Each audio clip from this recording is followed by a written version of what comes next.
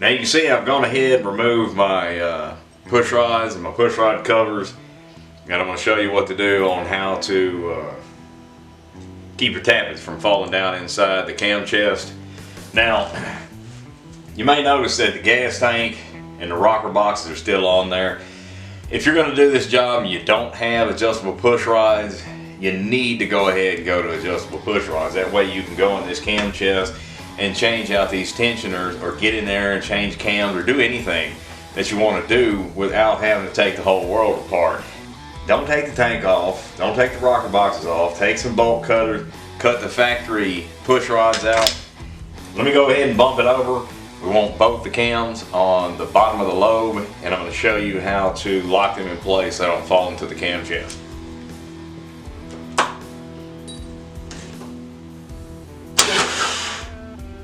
Well, that was lucky. Alright, now this is per the service manual. I mean, this is what they taught me at the factory. It's kind of funny the way they come up with these ideas to do this. But you get a paper binder clip, and you take the little clip off of it, and you'll sit here and grind down these ends to a bevel. And what you're going to do is you take them and you go to the top of the lifter where the spring is inside of it. There's a lip. You get it in there, and you do that to the other side. Get your ratchet and a 3/16 Allen. I'll tell you, ball Allen makes it a lot easier. And go ahead and pull out the bolts. Doesn't matter what pattern you take them out in right now. It only matters later when you put it back.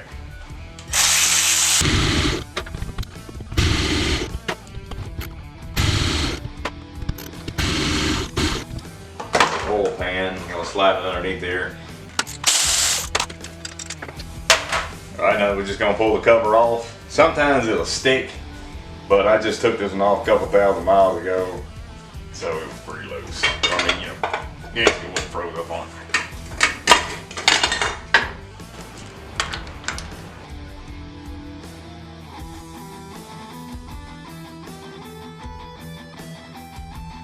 Alright, so the next thing we're going to do is take tension off the chain by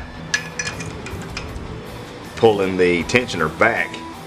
Now, I've got the special tool for it because, I mean, I used to do it for a living, but unless you want to, you don't have to buy this. There's another way to do it.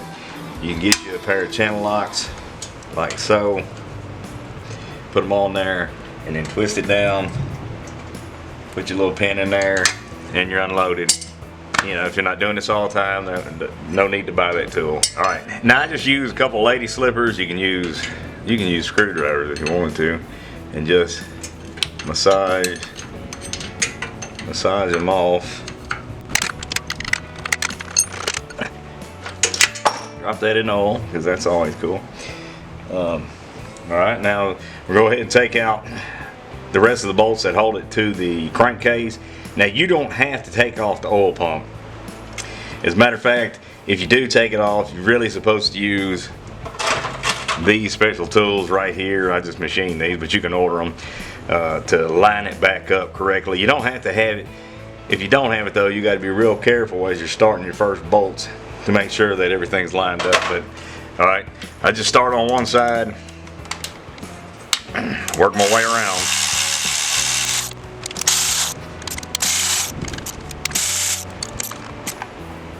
I have to use Allen key on it.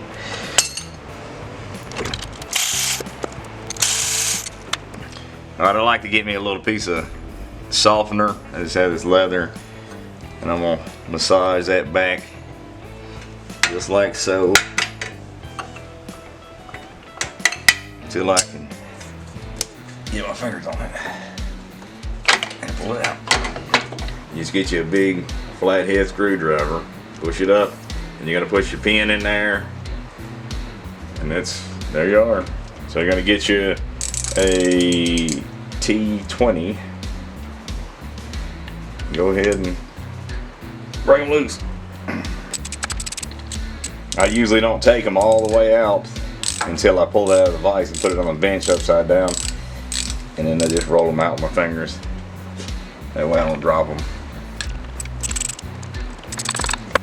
We'll take the snap ring off on the other side, and with some snap ring pliers, and then we'll press the cams out.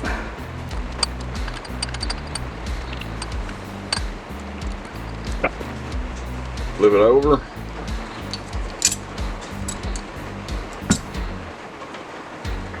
You'll want to take the guide off just like that, and then we'll take his snap ring off.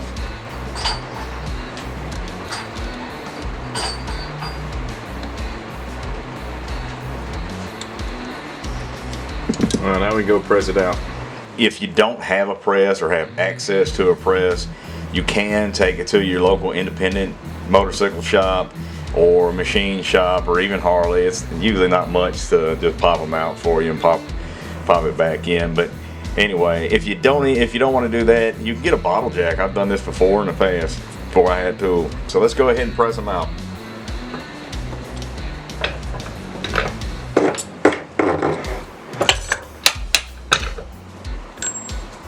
Nothing to it.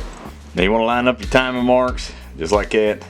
And if you didn't remove the oil pump, which I don't recommend removing it, there's no need to, as y'all seen, make sure you put your retaining plate back in here like this, and make sure that the bolt pattern is different. So on the sprocket side, it's narrow, or it's skinnier than the other side, and so that's important if you're pressing these things back out. So then we go ahead, hold it all together, flip it upside down, set it down in there, just like that. Alrighty.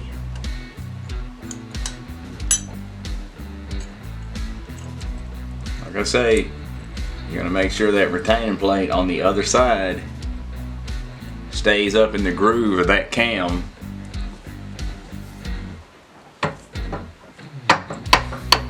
And we're gonna push it down in there.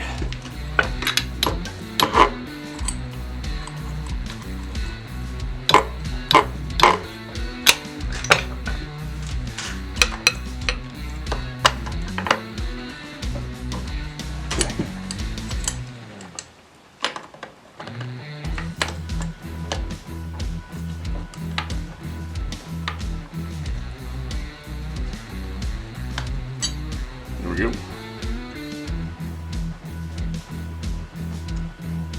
I just keep checking the retaining plate, make sure it's in the groove. Press it on down. That's it. Alright, you're gonna put a little bit of blue Loctite on your retaining plate bolts. You go ahead and run them in. We're gonna torque these down to 20. The book calls for 20 to 30 inch-pounds. I've always done it at 20, never had an issue. Make sure you put your guide back on and the snap ring for the cams back in there. You want to keep this spring unloaded to make it easier to line up with the inner bearings. Now, it's a good opportunity while you're in the chest to check your inner bearings, make sure there's no roughness. Look at your O-rings, look at the oil pump O-ring.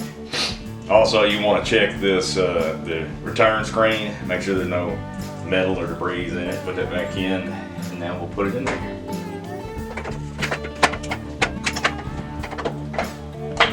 Just like that.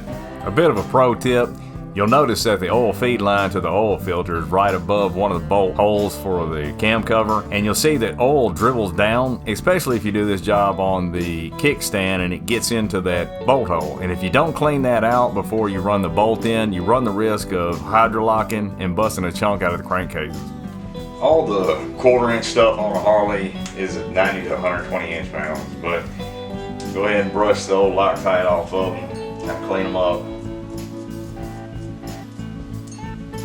And you're going to install some 242 or 243 blue Loctite, and then we're going to torque them down in a pattern.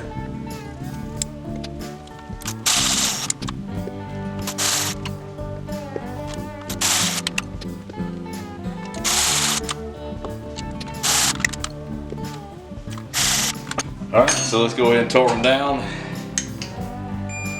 We're going to, like I said, the torque value is between 90 and 120 inch-pounds. I'm going to run it at 110. A little bit on the high side because of the extension. that I'm using, or that extension with the long ball Allen. Alright, this is number 1.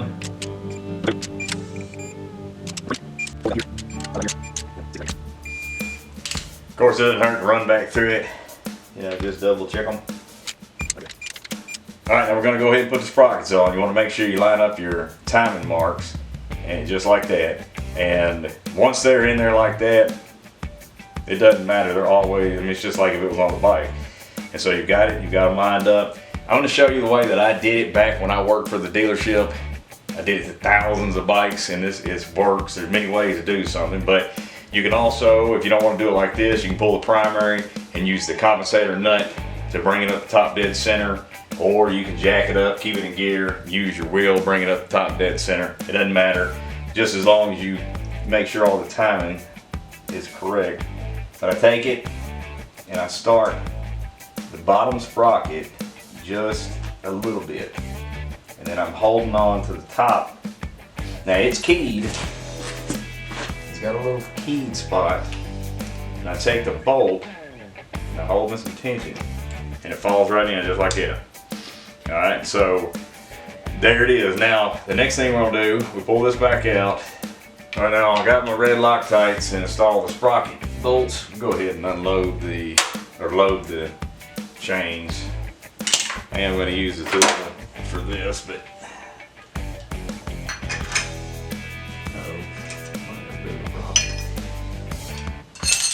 looks like my pin rotated on it, but that's all right. Do it like that. Now I could just smash it on that, but they don't need to smash the chain. Okay.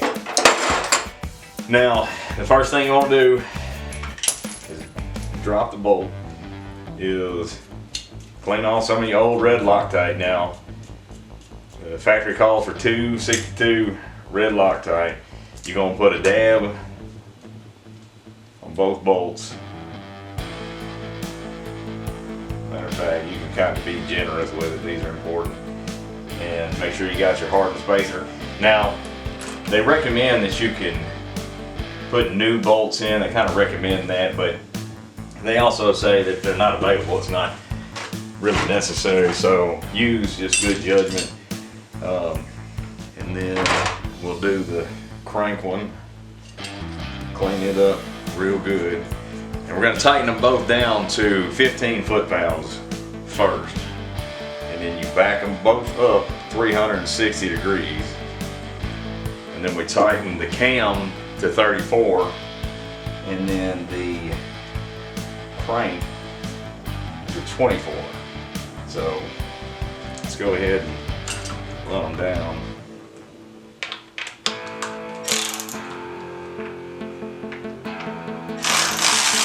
All right, we got them run in, and we're going to do the 15 foot-pounds first.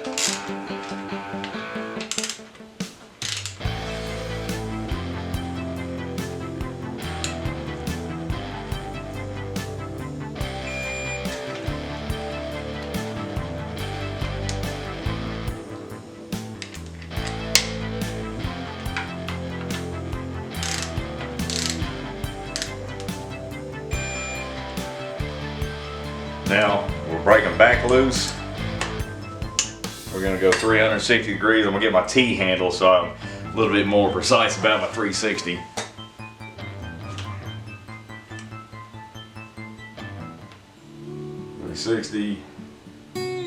Back now.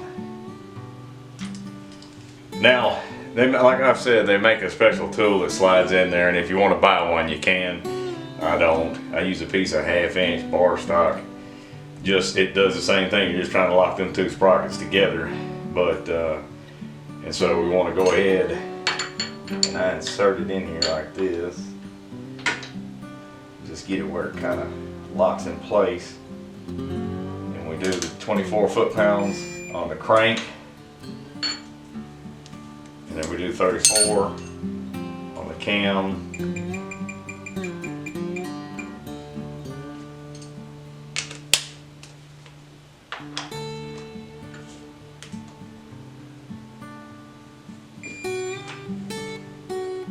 Just like that. Alright, so now it's time we're going to get a new gasket, put the cam cover on, and then we can reinstall our push rods. Now, your adjustable push rods, or the thread pitch on them, each different brand is going to be a little bit different. Some are the same, but you know, whatever brand you got, adjust them according to what the instructions say. Mine is 4 revolutions once I take 0 lash. Put your gasket on. Put your cover back on.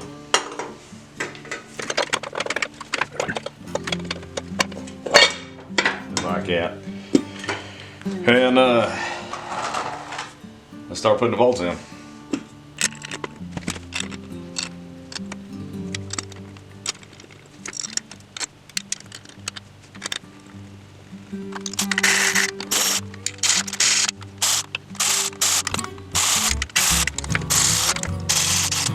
And then we're going to torque them down in a sequence, and once again we're going to do 110 foot-pounds. I mean 110 inch-pounds.